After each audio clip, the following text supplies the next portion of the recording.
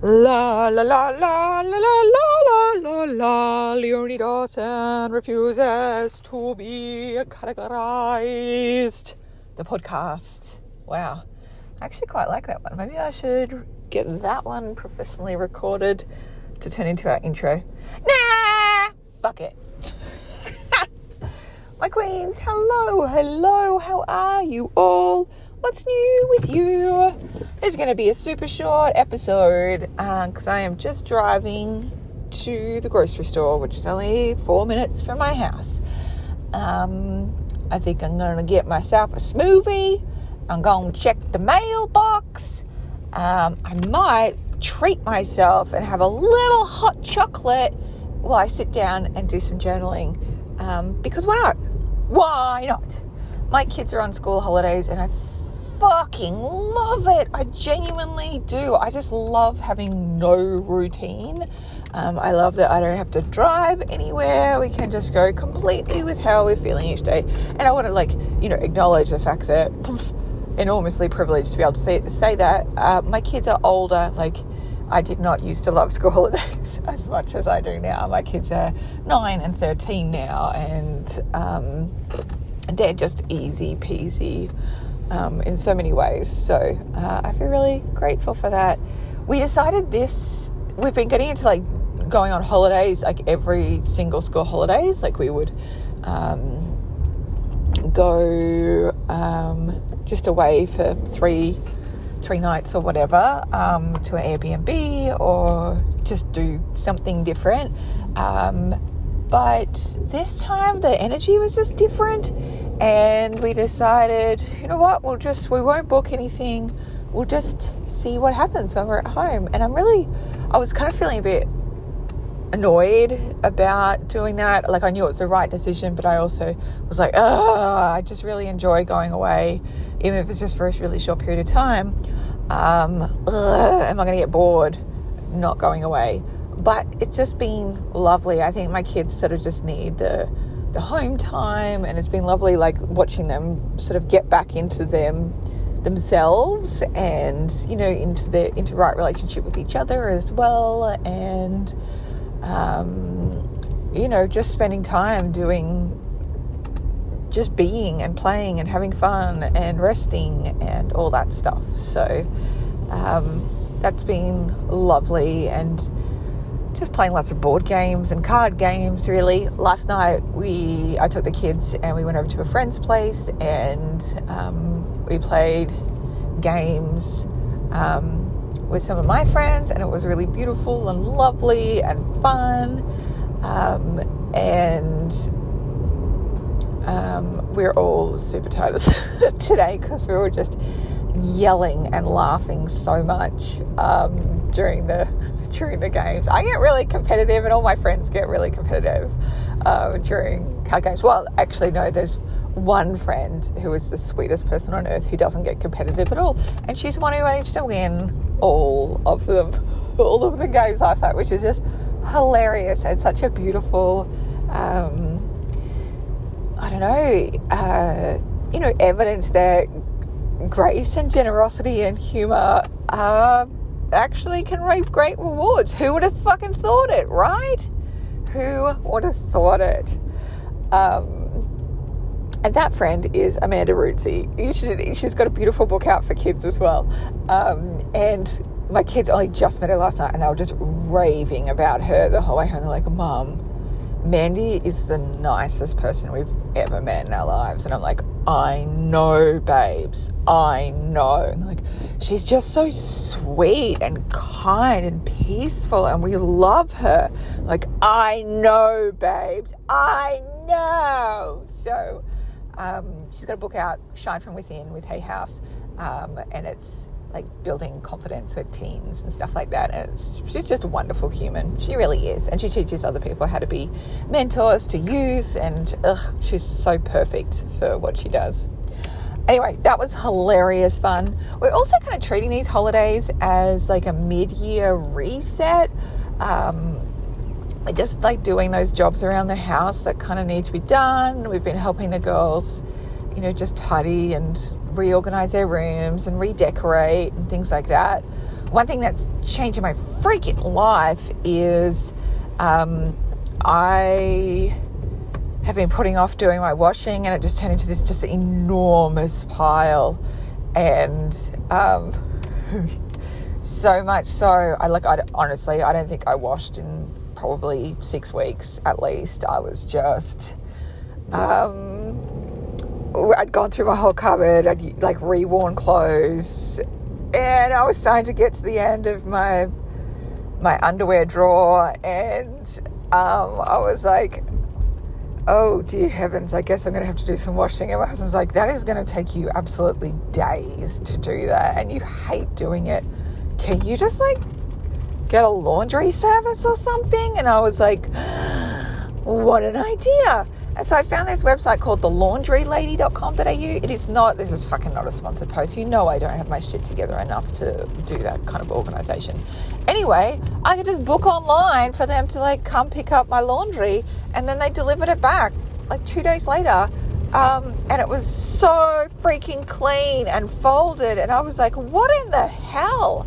How come some people are just really good at being an adult and I, with ADHD, am not? And my husband was like, wow, those clothes look so clean and nice. Like, what are we doing with our lives? Like, how does our washing not turn out like that? Like, I don't know.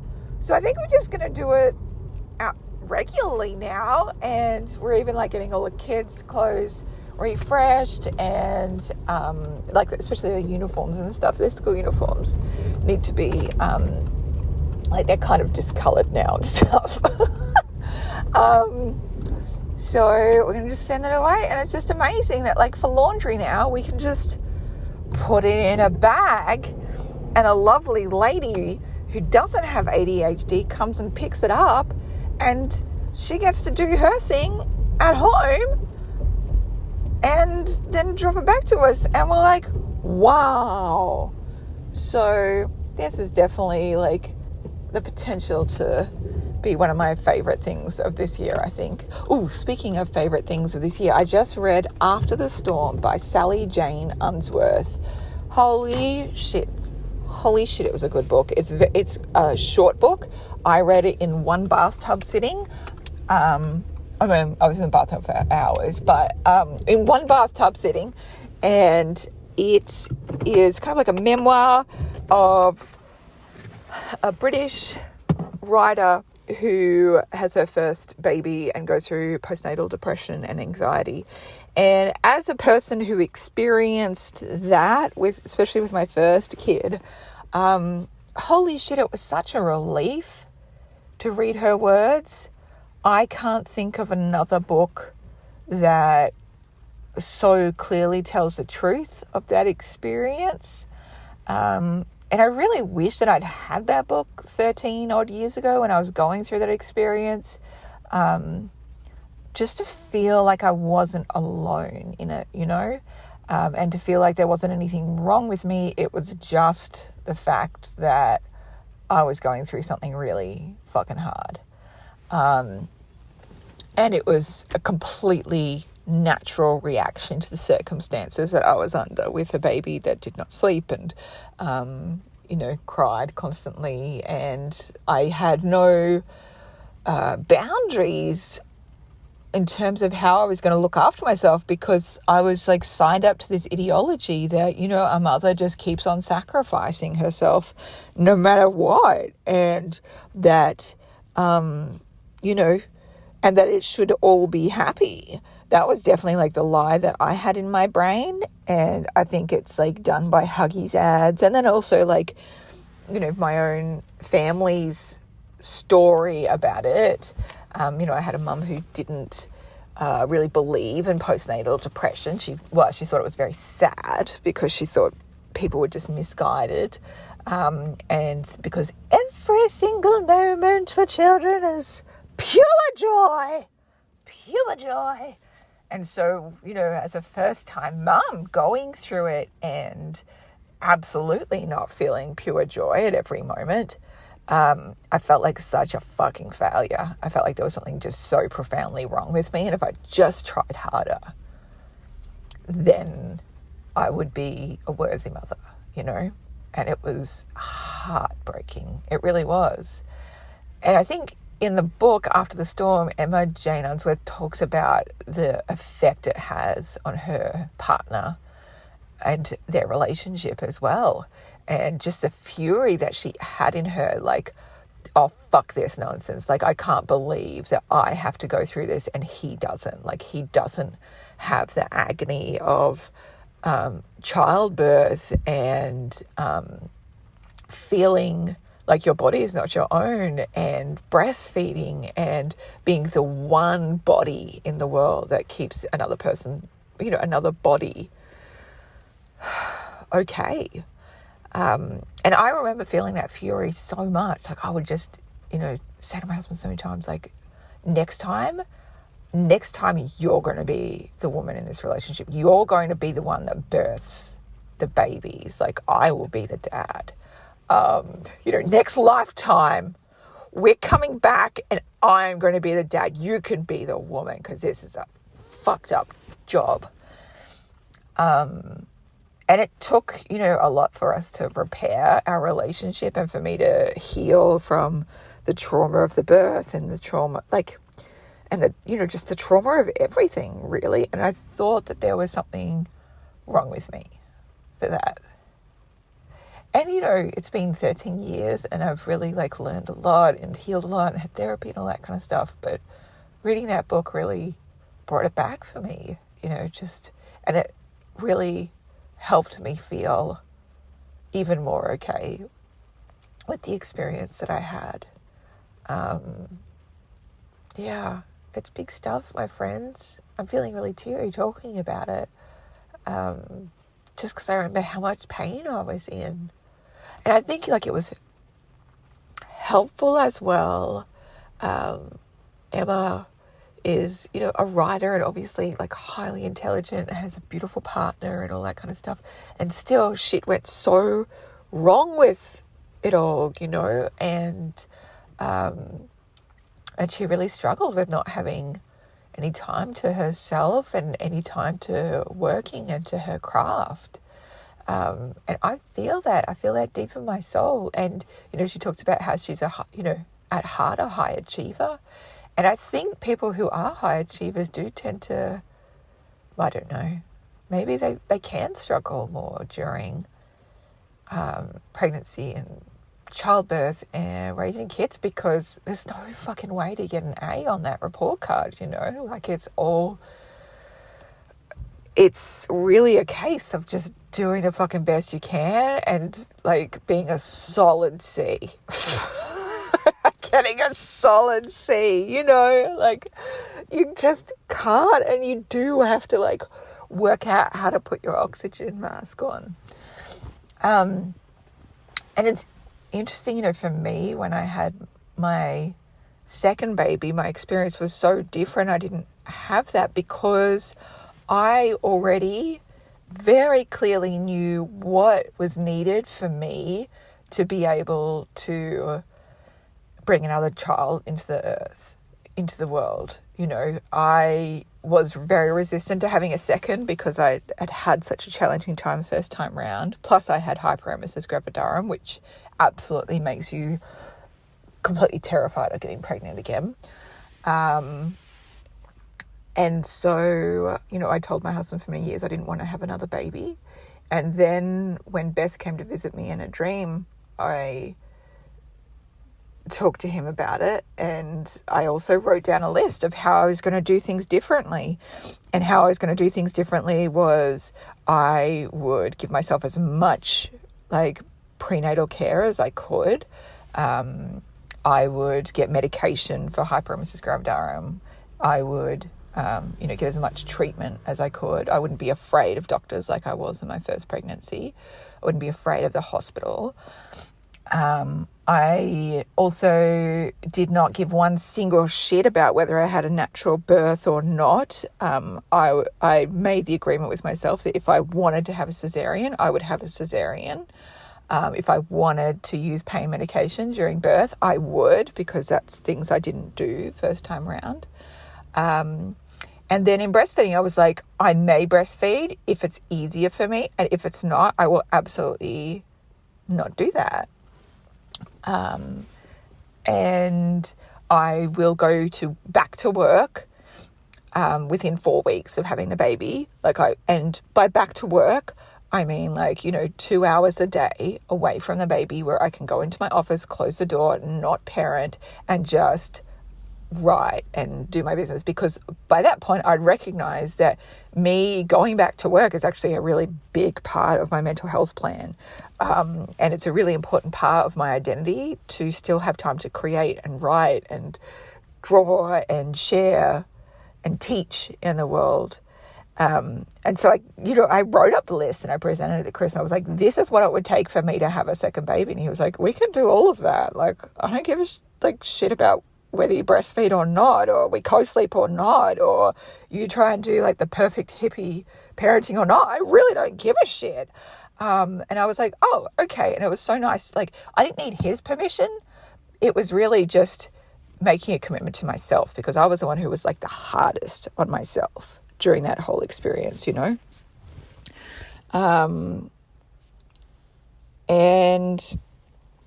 I said this was going to be a short podcast. It's not, because obviously this is something that needs to be talked about. Bless us one and all. Yeah, and so that's what the commitments that I made to myself before I even decided to get pregnant with number 2. I was like, I am not going to just devastate myself again. And it's interesting because, some of the commitments that I'd made of giving myself the freedom to choose, I still chose similar things again, in terms of, well, first and foremost, having my second daughter, I had hyperemesis gravidarum again, and it was even worse. It was devastating. But I gave myself as much care as I could. I was, going to the acupuncturist. I was getting hypnosis. I was going to the doctor. I was on medication. I'd go to emergency regularly. I went, I had hospital stays, all the support I could in order to be okay and survive. And the first time around, I was so scared of even going to the doctor and even knowing that I had, I didn't even get the diagnosis of hyperemesis gravidarum. I just knew I was just awful, awfully ill. And I remember going back to the doctor, and she was like, oh, you look different. And I was like, yeah, I've lost 5 kilos from the first month of vomiting. And she was like, that's not supposed to happen. You needed to have come and seen me and get medication for that. But, I was so resistant to any kind of, Western medication at that point. And the second time around, I was like, fuck, just give me anything. Please. Please, I do not have to, suffer so profoundly in this. I don't have to go without. And then it's interesting, so with the birth, I decided, one, my baby was breech, and I was also so ill. And I just decided, you know what, I think I might go for a cesarean. And my midwife was like, that's totally fine. That's totally fine. And here's the information I need you to know. And, we can just book it in. And so I went and I did the research about, the recovery from cesarean and all that kind of stuff. And I thought, oh, fuck it. I'll just do vag birth again, because it'll probably be easier for me to recover in my body and my setup from doing a vag birth. But I'll take all the fucking pain meds. And then when it was in the, when I came to giving birth, my midwife knew straight up, I wanted medication. But my birth was so quick. We didn't have enough time. Fuck. I didn't even get any medication the second time, but at least I gave myself that option, and I feel really proud of myself for giving myself that option. Leonie, you are allowed to take pain medication during birth. You do not have to get an A+ birth experience, you do not have to sacrifice yourself on the fucking birthstone, Bless me. And then when it came to breastfeeding, it was just I might mix feed. And so or I might just not breastfeed at all. And so we mixed fed for a really long patch of time. And then when I wanted to give up, I gave up. And so, and I ended up lasting a lot longer than I expected to, just because the baby could have bottles as well. And it was so much less, I was giving myself options so that I didn't feel so fucked up and hemmed in by it all. And that felt really good. And then co-sleeping, first time I was so militant. I will be co-sleeping. That is the only one right way. And it didn't work first time around because I had a baby who was a super light sleeper. And I also need time to myself when I'm sleeping as an autistic person. I didn't even know I was autistic back then, If I'd known I was autistic, it would have been such a different experience because I would have been like, oh, this is what I need in order to be okay. This is what my body needs. This is what my neurotype needs. And I'm not a fucking failure as a mother for that. And even with the whole co-sleeping thing, I got her a bassinet. I got her one of those fucking things that rocked, those sling things. No, they're just like a machine that rocks them. It's amazing. And she just goes straight to sleep in it. It was amazing. And so I would be like, oh yeah, we can just let her use all of the things that she wants. And then I discovered it was easier for me, halfway through the night when she'd wake up, I would pick her up and bring her into bed with me, and then we'd sleep for the rest of the night. And it was happy and cozy, and it was the right thing for me. And therefore for her as well, I think that's the thing. We forget that babies, they're actually it's an ecosystem. There's these two humans that are symbiotically attached, and you have to look after the mother just as much, if not more than the baby, because if the mother runs out of steam, then we're all in all sorts of pain. Dr. Carrie Conti, who is the prenatal psychologist, studies the brains of babies in the womb and in early days. She talks about how women are the hubs of the family, the energy hub of the family, and then all of the people, all of your kids and husband, they're all spokes that comes off it.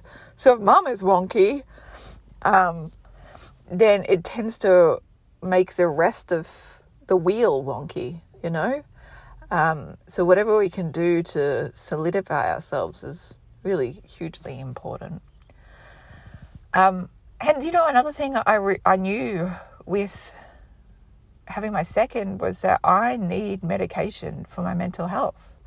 Just I come from a lineage of people who have very strong bodies. We can live up to 90, 100, and strong bodies, but Jesus Christ, mental health issues out the fucking wazoo. And so just as if I'm born into a family with, diabetes or some pre-existing condition that needs medication for it, my family needs medication. We fucking need medication. And so the whole way through, I knew I am going to have medication. When I'm pregnant, I'm going to have medication while I'm breastfeeding. And if at the nearest, at the earliest sign that it is not working for me, I'm going back to the doctor and working out what I need in order to be okay. And, there's medication that is completely safe for pregnancy and breastfeeding, and if not, even better, because you're not just working off a complete, you're not just pumping adrenaline, with anxiety. So yeah, medication was massive for me, and then making sure, I had therapy and support and all that kind of stuff. So yeah, that's what this talk turned into. I'm just sitting in the car park and have been now for a long time. But the book really touched me and really brought up that part of my journey. And I just wanted to offer it up in case you're suffering or you have suffered and you in any way thought less of yourself for it, or you felt felt alone or weren't able to get yourself the support that you need. I just want you to know I'm here. I absolutely understand. I love you.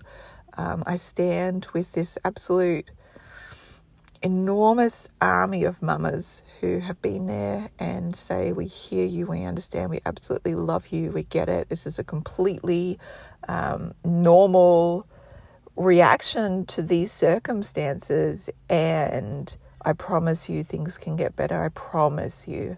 And get yourself whatever support you need. And there is zero fucking shame in it. Fucking less than zero shame. You know what should be ashamed? The fact that motherhood is so hard in a capitalist system, in a non-village system. That's what we should be mad about. That's what I should be mad about. That's who should be ashamed here. Capitalism, fuck 'em. The patriarchy, fuck 'em. We don't have to have shame for not thriving in those conditions, because it wasn't set up for us to thrive, and so we have to create the conditions for us to thrive. Right. I'm gonna go on my errands now. I love you all very, very much. Oh, I should say this while I remember. I am going to be speaking at the Osmumpreneur Conference in Sydney in August. I can't believe I'm actually going to be leaving my house and getting on a plane. Wow, watch me go. I've been to Osmumpreneur Conference before. It is fucking fantastic. That and Heart Centered Business Conference run by Tash Corbin is basically the only two conferences that I feel happy going to and happily and heartily recommend at this point. If you want to see me speak, and some other amazing people, including Tiff Hall and the founder of Proud Poppy, and Monica Meldrum from Whole Kids is going to be speaking there, and a whole bunch of other amazing women, Australian mums in business. And it's run by Peace and Katie, who are two sisters. I've known them for years. They are just the most lovely, lovely humans. So absolutely well worth going to the conference if you're in Sydney or if you feel like going on an adventure. Okay. Bless us one and all. I'm going to go now. Oh my God, nearly 30 minutes. Wow, I'm so proud of us. Okay, love you. Bye.